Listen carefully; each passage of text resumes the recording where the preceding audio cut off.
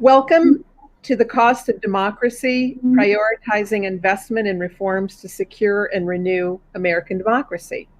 I'm Buff Cavalman, president of Cavalman Group Philanthropic Advisors, and I'm a board member of American Promise. I serve on this board because I believe that the misuse of money in politics is the root cause of so many of the problems we all face in this country. In tonight's program, we're going to think about the events of this last year that showed us a number of the realities about the fragility of our democracy. Funders are increasingly realizing that to make real change, we must first fix what is broken, our democracy. Philanthropists are increasingly identifying and focusing on democracy reform movements as effective in catalyzing transformational, impactful change. And we're going to talk about how we need to invest in it over time. So tonight, we look forward to sharing ideas about how all of us can play roles, no matter what our means are, whatever our walk of life may be, our role, we can all play important roles.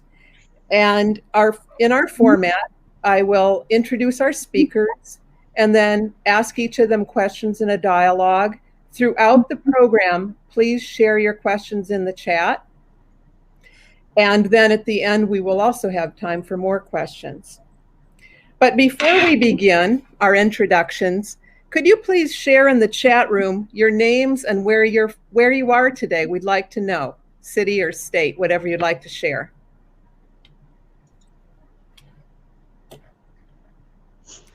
So maybe our conference organizers can help us with that chat.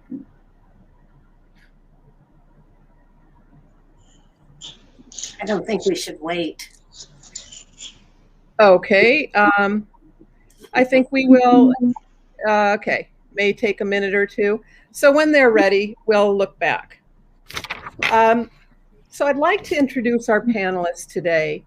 All of them have been great supporters of American Promise as funders, staff, partners, and different roles you're going to learn about today. Susan Clark has been a funder of American Promise since it was founded. She serves as an advisor to the Gaia Fund, trustees Christine Russell and Mark Schlesinger, and previously directed programs at the fund for 6 years until 2020. It's based in San Francisco, and its focus includes effective democracy as well as sustainable agriculture and Jewish life and culture.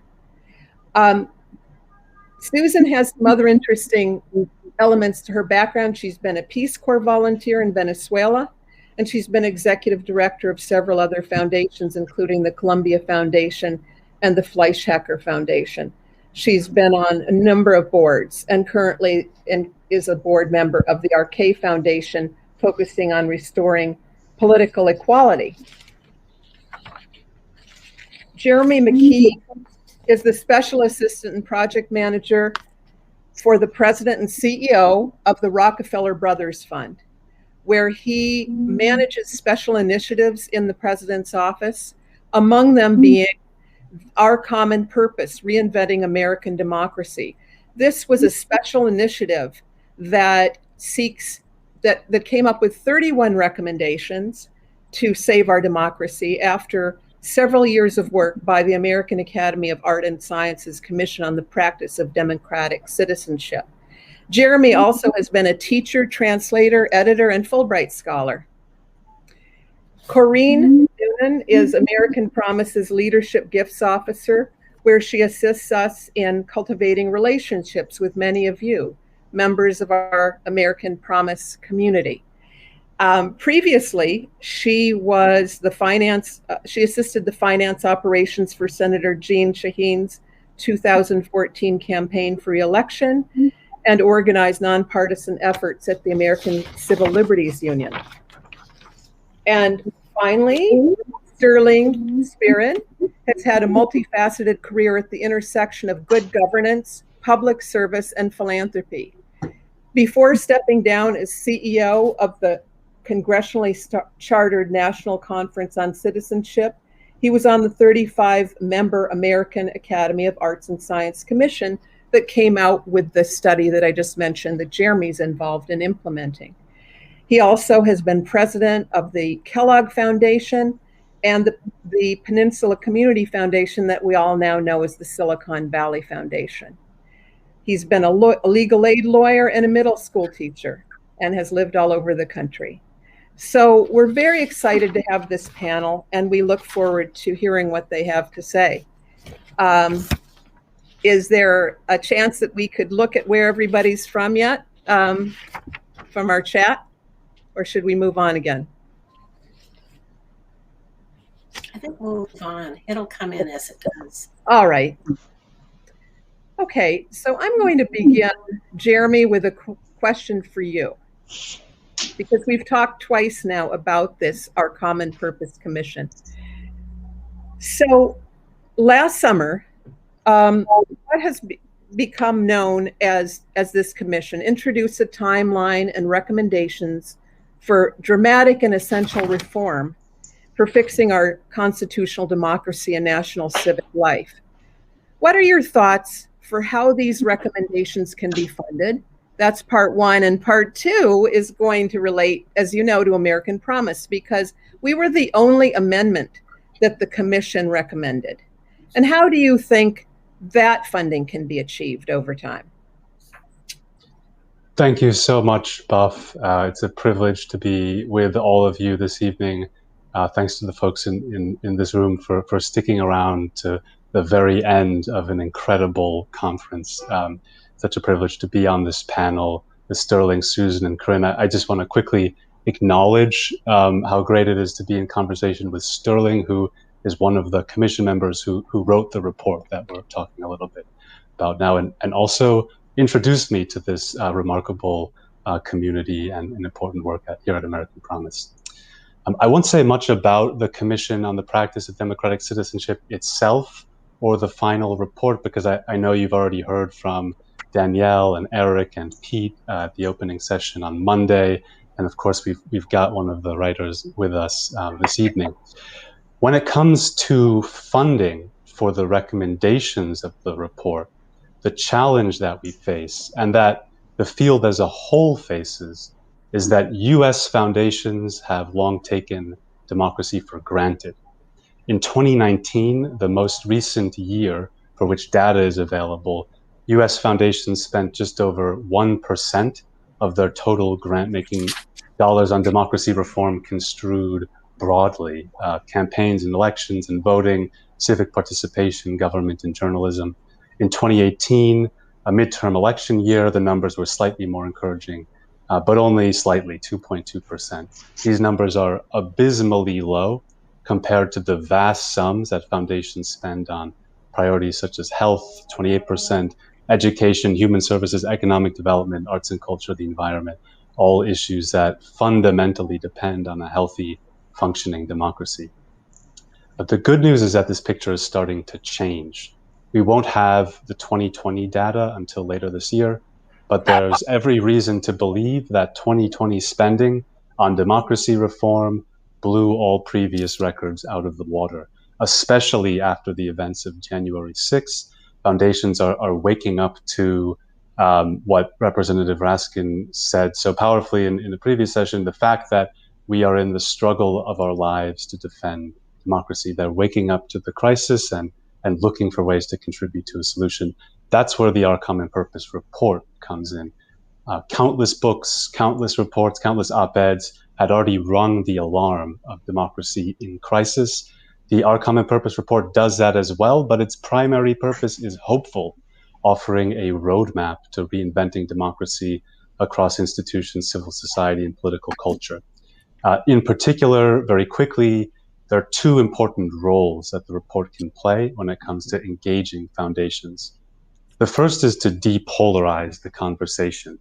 The Our Common Purpose recommendations achieved unanimous consensus among a diverse cross-ideological commission. Not all foundations will agree with all of the recommendations, but they will at least find in the report a nonpartisan space to discuss, explore, and engage with the issues. The second contribution, the way in which we hope and expect that the report will drive more funding into the field, is to help demystify the democracy reform ecosystem. Hundreds of extraordinary organizations around the country, and I assume many of the folks in the audience today are part of these organizations, are already working on the recommendations of the report and other critical reform issues. For a funder new to the space, it can be challenging to know where to begin. By telling a story of reform across institutions, civil society, and culture, the report helps to locate specific reform efforts within a larger vision.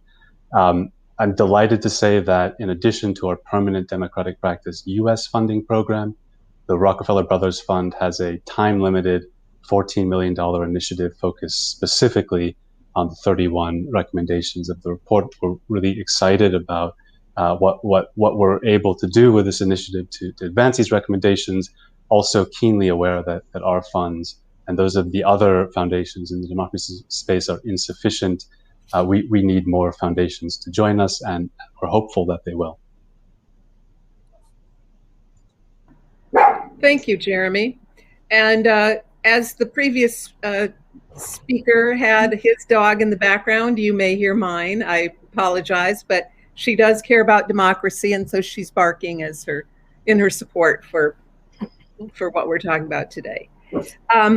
I'd like to turn to Sterling because you did also work on this commission, and I think that some of your thoughts will relate to what Jeremy just shared with us.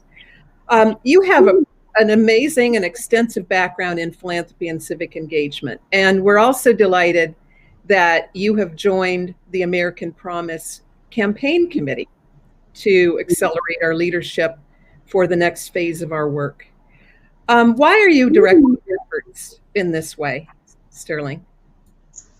Thanks, Buff. And like Jeremy, I'm just honored to be among this group of colleagues and for those who've stuck around for the last breakout session. My connection to American Promise started a strange combination of both a lifelong passion for this democracy, this country, and more recently, I became the CEO of the National Conference on Citizenship in January 2018. And my predecessor, Sally Prouty, said, first thing you should do is join the Bridge Alliance. And so I did that and discovered this, nearly 100 organizations, all nonpartisan, country over party, across all the issues, bridging the divide, civic education, amending the Constitution. And just 6 months later, the National Citizen Leadership Conference that year was held at the Washington Hilton, which is just 2 blocks from where I live on Connecticut Avenue here in DC. I'm trained as a lawyer, and I studied constitutional law starting when I was a junior in college. But I sat at the conference and was just amazed to be reminded not how we amend the Constitution, but why we amend the Constitution. And I look back, at my age, there had been 6 amendments to the Constitution in my lifetime. I was sort of spoiled. When I was just 3, the 22nd Amendment to limit presidential terms was passed. And then when I was 13, 4 amendments happened in the 60s. One that benefits me today, which is giving residents of DC votes in the Electoral College. And so the more I thought about the 28th Amendment and why we needed to overturn Citizens United, which people previous in the conference have been so eloquent on why that has to happen, and what a bad decision, like Dred Scott, like so many other constitutional rulings that were overturned by amendments. So I just became very excited about American Promise. And then at last year's conference before COVID, when we were all together in Alexandria, I was reunited with my longtime colleague, Susan Clark, from the San Francisco Bay Area, and saw amazing Ian Drum get up and offer her PowerPoint on money in politics that she delivers to Rotary clubs in Northern Texas. And again, I was just amazed at what it would take. As we know, overwhelming majority of Americans support this idea, but too few of us think it's possible to actually do anything about it. That's what American Promise is about. We are going to amend the Constitution. I hope the 7th Amendment in my lifetime.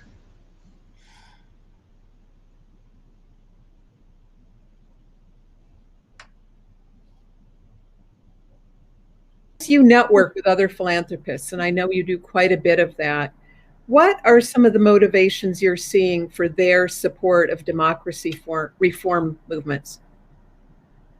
Well, I think two things. Our good friend Kristen Campbell, who is executive director of Philanthropy for Active Civic Engagement, an affinity group of funders that was started some time ago, but whose membership is now rapidly increasing. So that's a very good sign. You know, having been in organized philanthropy for almost 30 years, philanthropists are always looking for innovations, places to, you know, to be society's research and development arm, to look for leverage. And clearly, changing the rules on how our democracy works is the highest leverage point for every other substantive policy issue that we are all so passionate about. And so that's in the organized philanthropy world. But what I'm also excited about is in the last just 2 or 3 years, I have met more people of my generation, that would be people between 50 and 70 roughly, who for the first time in their lives are thinking about our democracy. And they come from a wide range of careers, backgrounds, professional experiences. And I'm meeting people that are now saying, I care about this democracy and I'm worried and I want to get involved. And 4 of them have written books. You know, they're not authors, but they've written books. They've organized their friends around various of these issues. And it's very exciting to see people who never thought about how our country works or took it for granted are totally energized and excited. And every time I meet a new person, it's just like a continuous learning process where people are discovering the stuff that many of the people at this conference are probably more familiar with. But that's very encouraging. I agree. And I can speak for myself in saying I've become more involved in, and I'm in that age range as well.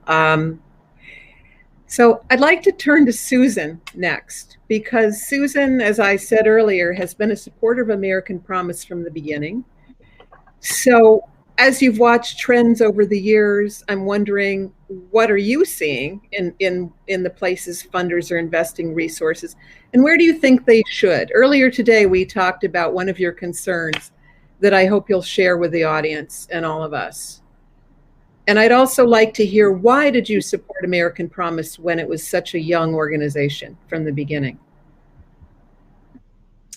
Well, let's see. I will start with why a fund like Gaia Fund, a family fund, modest size, became so interested in democracy. And it really goes back because there was overlapping board members to work of Columbia Foundation going clear back to 79, believe it or not. There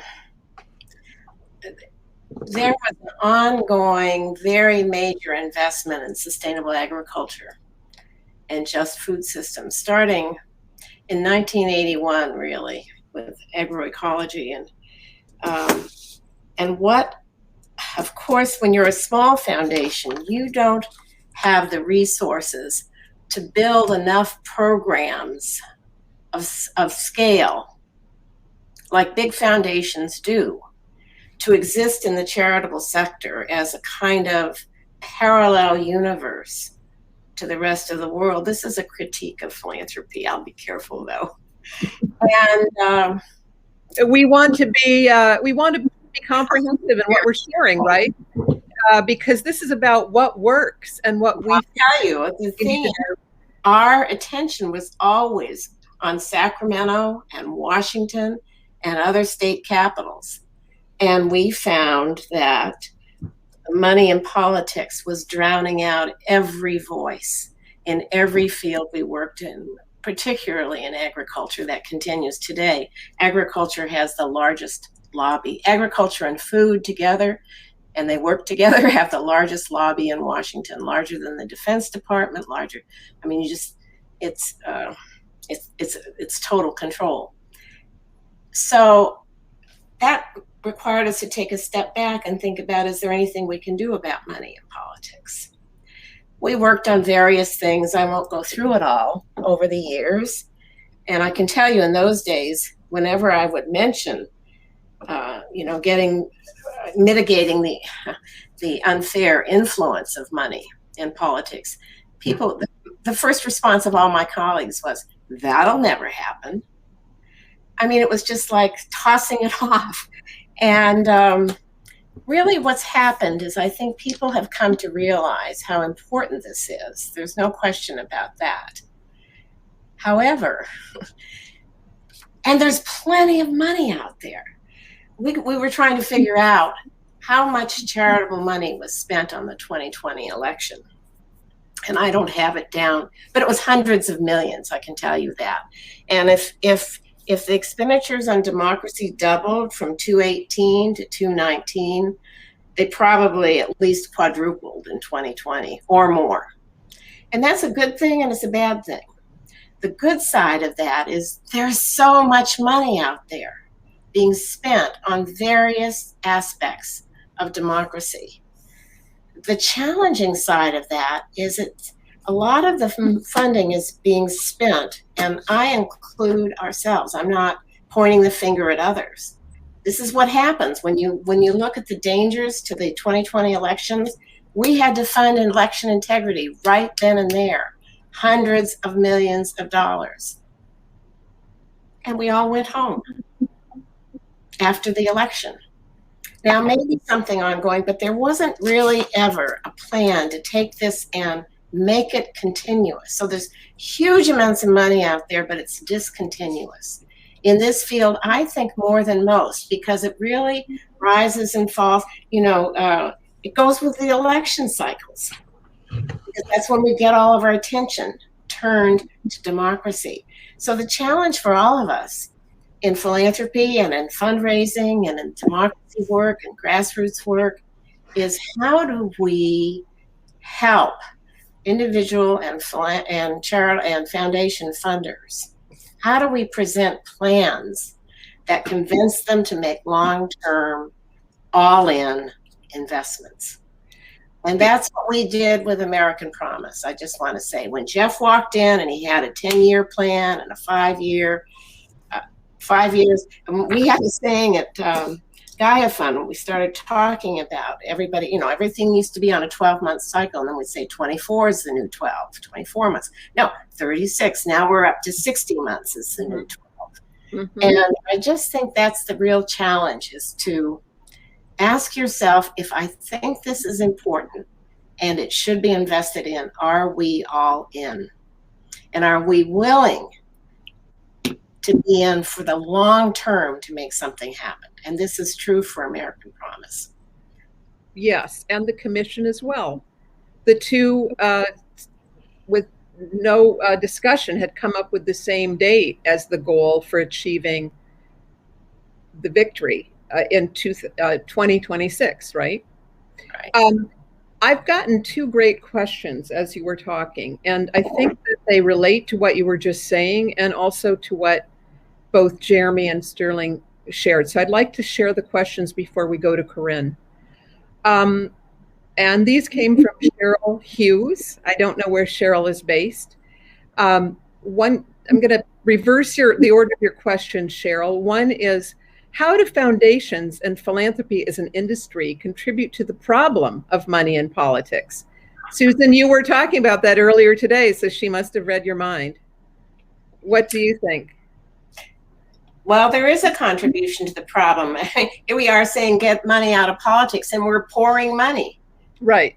From the private sector, determined by very few sources. Now, I will defend that because we're pouring it into a reform agenda that will take us out of the game, hopefully. And I think foundations has contributed to the problem hugely by the cyclical funding. We're in, we're out, we're in, we're out. Well, of course, foundations have pressures on them, and so do individuals from all their local community needs. COVID came along, who knows what's next. Yes. But I think that's a contribution to keeping the field weak, is the cyclical cycles. Yes. Okay. Really, that's a great question, and I loved your answer. And so here's the second question, and maybe Jeremy or Sterling would like to answer this one, or Corinne, you too, although you haven't had your chance to speak about your specialty yet, and we'll get to you in a minute. Cheryl's second question is, how can we get foundations to understand democracy reform is both a local and a national issue? Another really good question. I'd like to know more about Cheryl and what she's doing. Who wants to? Jeremy, do you want to start? Sterling, I was going to throw this one to you because it's such a great question, and it's so fundamental to the work of the commission. So I mean, I can talk about it a bit from the funding side, but Sterling, I wonder if you want to think about it through the commission perspective. Well, I mean, Danielle, I think, actually said it in the opening plenary. A constitutional amendment, the commission looked for the 31 ideas that we thought were doable, actionable, feasible, with the least amount of effort. And so having the 28th Amendment up there is like, that's the hardest one in terms of process.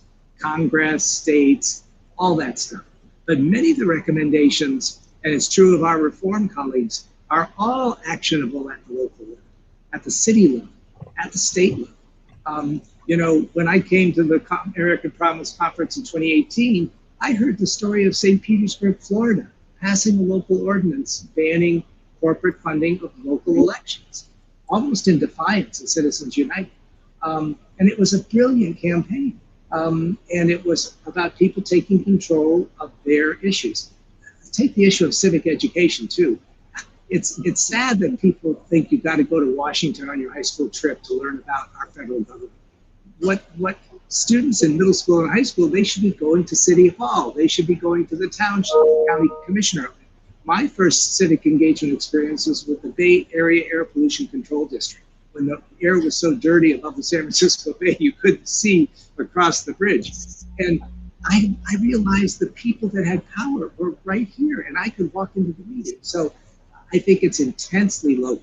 And in fact, the encouragement is to see state ballot initiatives on public redistricting. In my home state of Michigan, in the blink of an eye, more than 60% of the Michigan voters, Alaska's, Maine's ranked choice voting, you can name them. Just the way the state chapters are working for American Promise and other reform groups. So I think that it is local, and it's a mistake to think, many of these reforms will help us repopulate Congress with people that really do solve our problems. As Azor said in the video, public opinion should correspond with public policy, but it's only when these reforms happen, and they all start at the local level.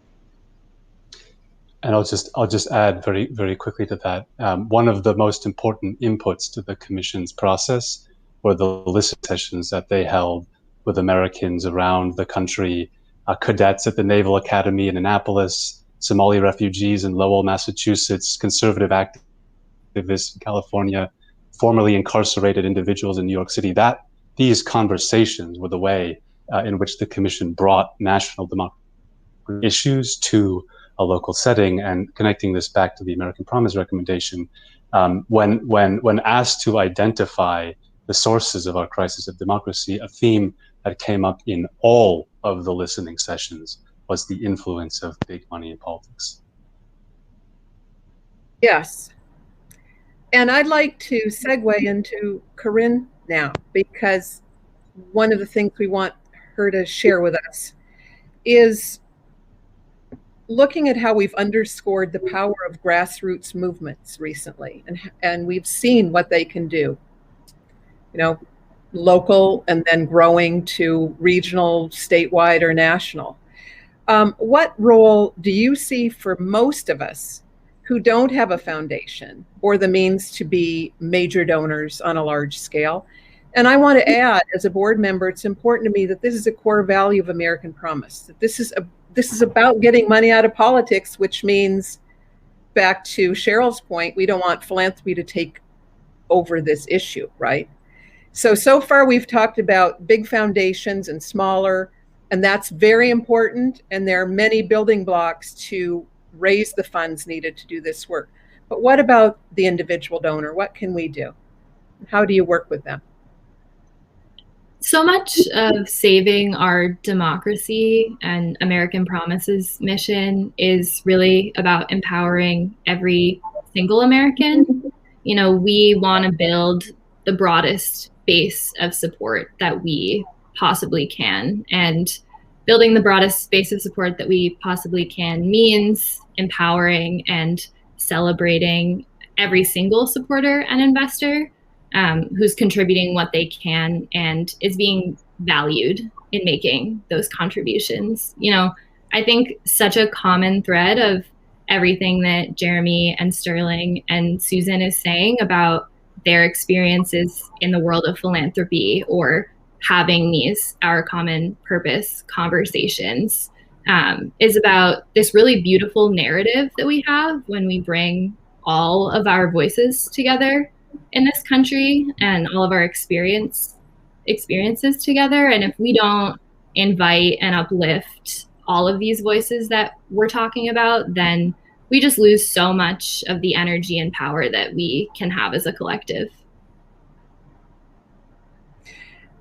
And we agree, even as we look at our campaign plans, that the base of a campaign pyramid is always a number of smaller scale donors, right?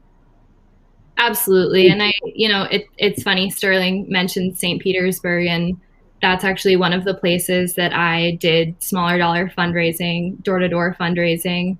And something I was thinking about is that when we did that fundraising, we weren't just, keeping track of and thanking the people who chose to invest in us at that given moment. We were also keeping track of all of the conversations that we had and the things that people had to say, and sort of thinking of those as, touch points for the future and the beginning of a conversation. And it really just is a reminder of how valuable every single voice and encounter and conversation that you have is for continuing to share the message and grow that really broad base of support. I'm really excited about your work, and I think we're lucky to have you on our staff. Thank you, Beth. We're lucky to have you on our board as well.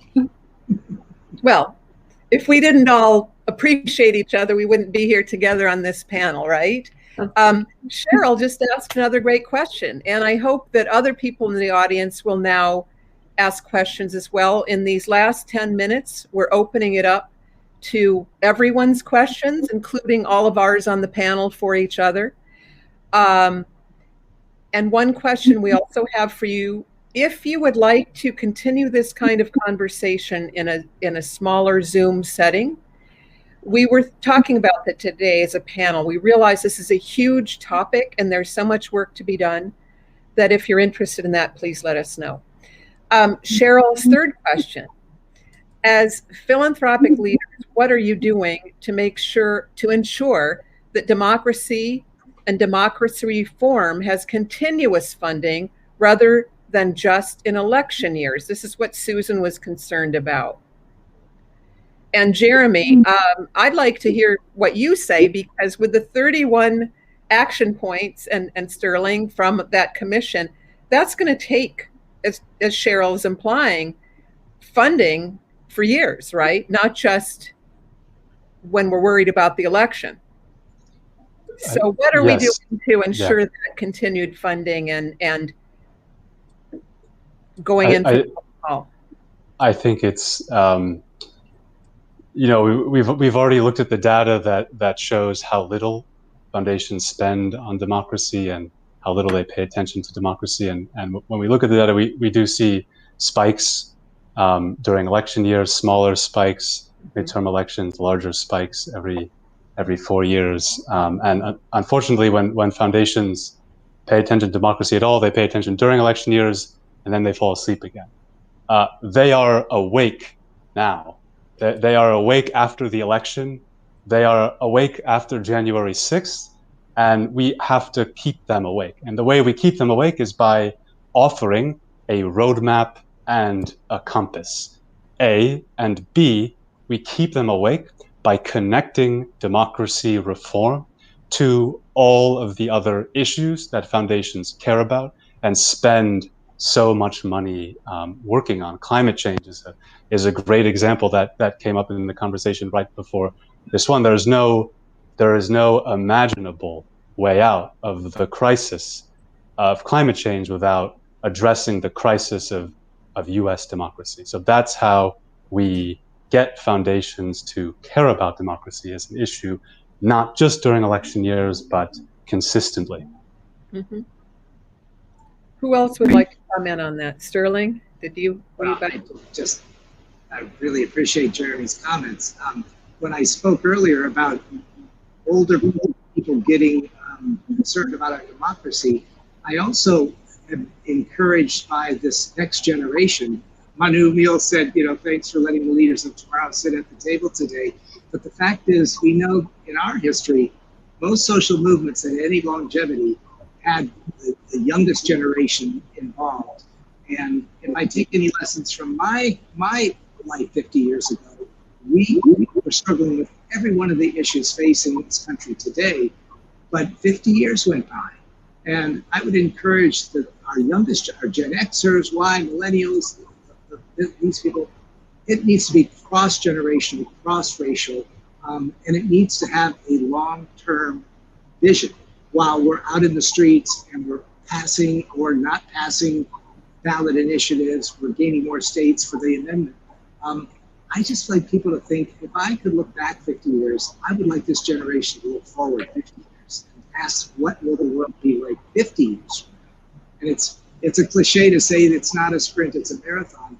But I said today, I've run a marathon. It only took 3 hours. It's even longer than that, It's really, and I look at Susan's experience, as she fought back to 1979. It's like, wow. I think our generation has done a lot. On the other hand, I'm very sobered when I look at the state of the planet, and I look at the state of racial justice, and I look at the status of women, and I say, gee, we were going to take on all those issues. And my kids say, well, Dad, how's that going for you? And but I'm inspired when I see people not only out on the streets, but they're organizing. And I look at people that are on the call today. I see Cindy Blacks from Seattle at Fix Democracy First. I get their emails every day. They have democracy vouchers. That's really cool. Who knows what's going to bubble up in really this very creative and volatile time we're in. But it has to be a long vision as well as work for those successes, but don't give up. You can't just go to a protest and expect the world to change. I'm going to add something. As a driven person and as somebody immersed in philanthropy, like everyone on this panel, I will finish something or be part of a group that does, and we don't take time to stop and celebrate it. And I think part of the answer to Cheryl's question is, if we're in for the long haul, we have to mark those moments when we've made progress, celebrate them, take a breath, and take care of ourselves. I think in social reform movements, democracy reform movements, we can burn out if we don't do that. And we also lose perspective on what is the next step here and how can we adjust our course and think about the next way to approach funding or raising money. What about you, Susan? I'd like to speak very specifically to Cheryl's question about what we've done at Gaia Fund with varying degrees of success, I have to say. I have to begin, Cheryl, you probably work in philanthropy from these questions, but I have to begin by saying, if you've seen one foundation, that's what you've seen, one foundation. Because foundations are so proudly and defiantly separate. But at Gaia Fund, I would say there's 3 things that we've taken, and there's other things that we talk about all the time. One is that Gaia Fund helped to found a local Bay Area Democracy Funders Group. And this was to try to bring in other funders at the local level, local and statewide level. And it's called the Bad Funders. And we still meet and we talk. We do a lot of collaboration together. The second thing at Gaia Fund is to commit to multi-year funding so that we're not on this up and down cycle. We're trying to commit, over a longer period of time to fewer groups. And the third thing I want to say that we should all be doing is ganging up. When we needed to quickly pivot in 2020 to doing some work in democracy, which was not our core mission, but around election integrity, we searched for other bigger funds that had expertise on their staff to collaborate with. And I think that, you know, when foundations gang up, they can have cumulative impact. So I think those are the three things that we talk about and we try to do at Gaia Fund. But I'll have to, and personally, the other thing that I do is I'm always writing to my colleagues in the food and farming movement about this. And I think they're tired of hearing from me sometimes, but I okay. continue. Susan, I think your guess about Cheryl was right. Sterling is aware that she has worked at the Chicago Community Trust, I think, Yes. in this area. We have an anonymous question. Does the black and white nature of democracy reform proposals, for example, either Citizens United is overturned or it isn't, deter funders who are looking for more shades of gray or looking to avoid funneling money into what might look like a loss? It's partly about risk taking, and there's a lot in that question. And I'm going to mute, and so my dog doesn't contribute to the answer. Well, there are 31 recommendations in our common purpose, so there's lots to choose from. There might, and especially with the emphasis on local versus national, as some of the comments earlier in the conference, you know, local is always more accessible, I think, more doable. But I do agree that people in philanthropy should take risks, and I think it's when we look at the history of some of the victories, there were losses. You know, take public redistricting in Ohio. In the first campaign, talking to people on the street about gerrymandering, people said they really weren't sure what that was. You know, and the 2 or 3 years later, the next campaign still didn't win, but they kept at it. You know, sometimes we're amazed that the first time out it wins. Ranked choice voting just went down in Massachusetts. I don't know that Massachusetts is suffering because of that, but so I think there's going to be wins and losses. And you do take a risk. I think about the campaign against big tobacco that Robert Wood Johnson waged for 30 years, or the campaign for gay marriage with the Haas Foundations and others. There were long, dark years where there were no wins and no victories. And as we've seen for social change, some of the great slides that Josh Silver and Represent Us have shared, but things start to happen. And suddenly more states are passing laws and more states. And it's not one by one anymore. It's suddenly an avalanche that does roll up into maybe national change. So hard to say, you know, whether one should take risks or look for easy wins. But that's the nice thing about funders. They have lots of different styles and lots of different time horizons. Thank you. We have another question from Cheryl, but I'm going to raise one that a new person has shared with us, Monica Rodriguez. My company is a financial services provider primarily to institutional investors. So this is another area of funding we haven't even touched on yet today. They have historically been fairly aware of ESG issues, but became more dedicated over the last year. Can you suggest any papers or studies that I can take to them to promote our focusing on foundations and asset managers that are dedicated to pro-democracy investing? These foundations or assets might be smaller than our normal counterparts. I would like to make a case for why we should, how can we encourage this kind of funding? And also she notes that they've recently done this for minority-owned, women-owned, and veteran-owned broker dealers and asset managers. So there's a lot there, and it's just reminding me of why I think we need a sequel to this conversation. Who would like to address Monica's question? I can go just by underscoring your very last point, Buff, that it's a good reminder that we would need a sequel, if not several, to I think really get into the weeds of that question. But I'll just sort of say from the RBF perspective, as we think about our grant making, grant making is 5% of our funds. The other 95% is our endowment, and we view both our grant making and our endowment as critical tools for advancing our mission. We divested from fossil fuels in 2014 and have been very active in looking at other ways to use our endowment as a vehicle for our mission, sustainable investing, and now critically investing with managers and firms led by women and people of color. So it's a critical question. And if, Monica, thank you for that question. I raised it with our money managers at the Greater Washington Community Foundation on an investment committee last week, and I said, given what's happened with corporations speaking out on issues of democracy, I'm a member of the Leadership Now project, which has its focus on businesses' role in democracy and democracy reform.